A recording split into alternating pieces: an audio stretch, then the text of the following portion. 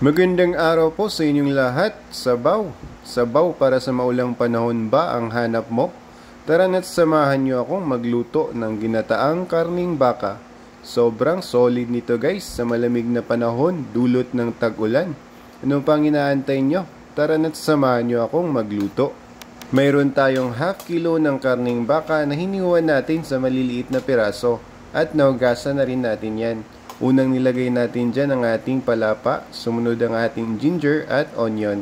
Nilagyan din natin yan ng turmeric powder. Pagkatapos nga ay atin na yung halu-haluin at lalagyan din natin yan ng 1 cup of water. Ayan. Yun nga guys, sa lutong maranaw, usually nangingibabaw talaga yung color yellow sapagkat ginagamitan namin ito lagi ng turmeric powder. Aside kasi sa healthy ito, nagdadagdag lasa din ito sa ating putahe. At atin na ngang binuksan ng apoy para simulan ang pagpapakulo sa ating tinimplahang karning baka. After nga nating maisalang ang ating lulutuin guys, takpan lang natin ito at pakuluan ng 30 minutes sa katamtamang apoy lamang. Yun nga guys no, sa kalagitnaan ng 30 minutes na pagpapakulo, atin lang itong buksan at halu-haluin. Ilalagay na rin natin dyan ang ating lemongrass o tanglad. Tapos ang ating red bell pepper. Pagkatapos nga nating mailagay yung dalawang sangkap na ito, atin lang itong ulit takpan at kumplituhin natin ang 30 minutes guys. Ayan, pagkalipas nga ng 30 minutes guys, atin lang itong ulit buksan at ating halu-haluin. Lalagyan na rin natin yan ng asin. Ayan. Pagkatapos nga nating lagyan ng asin yan guys, ay lalagyan din natin ito ng seasoning. At isusunod na rin natin dyan ang ating 2 cups of water. Ayan. Depende pa rin yan guys sa inyo kung gaano karami yung sabaw na gusto ninyo sa ating ginataang karning baka. Pagkatapos nga natin itong halu-haluin guys, ay atin lang itong takpan ulit. At pakuluan ng 5 minutes or depende kung kumulo na yan. Pwede na yan. Ilalagay na natin dyan ang ating Coco Mama Fresh Gata. Wow, ayan, malapit na tayo sa katotohanan, no?